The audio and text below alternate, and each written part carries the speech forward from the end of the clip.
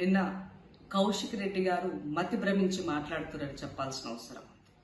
ఇవాళ మీకు ఓట్లు కావాలంటే ఆంధ్రోలు కావాలి, సెంటిమెంట్ కావాలి.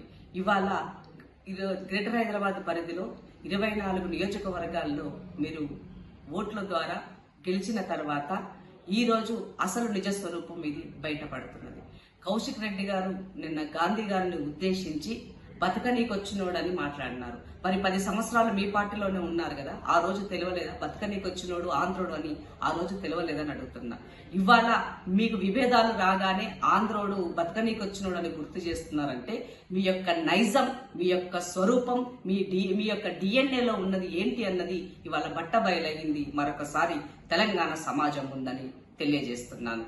నిజంగానే కేసీఆర్ గారికి చిత్తశుద్ధి ఉంటే ఇదే కేసీఆర్ గారు టీఆర్ఎస్ పార్టీ పెట్టిన అధికారం వచ్చిన కొద్ది రోజుల్లోనే ఆయన ఆంధ్రోళ్ళకి ఇబ్బంది కలిగినట్లయితే, వాళ్ళ కాలి గోటికి ముళ్ళు గుచ్చుకున్నట్లయితే నా పంటితో తీస్తానని చెప్పిన కేసీఆర్ యొక్క వాక్యలు మరి బీఆర్ఎస్ పార్టీ పెట్టగానే ఇవాళ అధికారం కోల్పోగానే ఇవాళ కేసీఆర్ గారి యొక్క వాక్యలు అక్షరాల కౌశిక్ రెడ్డి నోటి నిండా వచ్చినాయి అని చెప్పాల్సిన అవసరం ఉంది.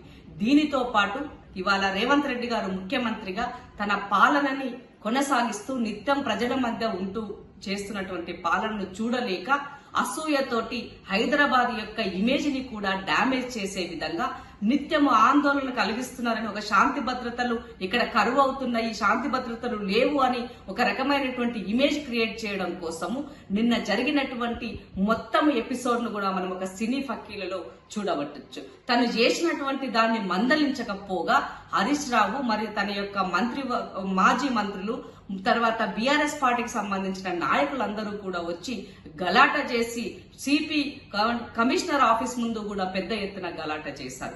ఇలాంటి వాళ్ళ పట్ల డీజీపీ గారు సీరియస్ గా యాక్షన్ తీసుకోవాలని, హైదరాబాద్ ఇమేజ్ కాపాడాలని డీజీపీ గారికి నేను రిక్వెస్ట్ చేస్తున్నాను.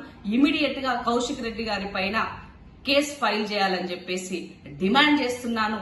కౌశిక్ రెడ్డిని నిన్న చేసినటువంటి అనుచిత వ్యాఖ్యల పట్ల మహిళలని తన చిన్నతనంగా చూసినటువంటి కౌశిక్ రెడ్డిని ఇమీడియట్ గా పార్టీ నుంచి సస్పెండ్ చేయాలని చెప్పేసి నేను డిమాండ్ చేస్తున్నాను. ఇది ఈ తెలంగాణ గడ్డ పట్ల, ఈ తెలంగాణ ప్రజల పట్ల, తెలంగాణ మహిళల పట్ల తనకి ఎలాంటి ప్రేమ లేదన్నది మరొకసారి ప్రూవ్ అయ్యింది. ఎందుకంటే కౌశిక్ రెడ్డి ఎన్నడూ తెలంగాణ ఉద్యమంలో లేడు, ఎన్నడూ జై తెలంగాణ అనలేదు. కౌశిక్ రెడ్డి ఆనాడు ఆంధ్రలో పంచన చేరి ఆ మానుకోటలో రాళ్లు విసిరినటువంటి చరిత్ర కౌశిక్ రెడ్డికి ఉన్నది. కాబట్టి తెలంగాణ ఆడబిడ్డల పట్ల ఆయనకి గౌరవం లేదని మరోసారి ప్రూవ్ అయిందని ఈ సందర్భంగా గుర్తు చేస్తూ, కౌశిక్ రెడ్డి నీవు నోరు గనక అదుపులో పెట్టుకోకపోతే తెలంగాణ ఆడబిడ్డల ఆగ్రహానికి గురి కావాల్సి వస్తుందని గుర్తు చేస్తున్నాను.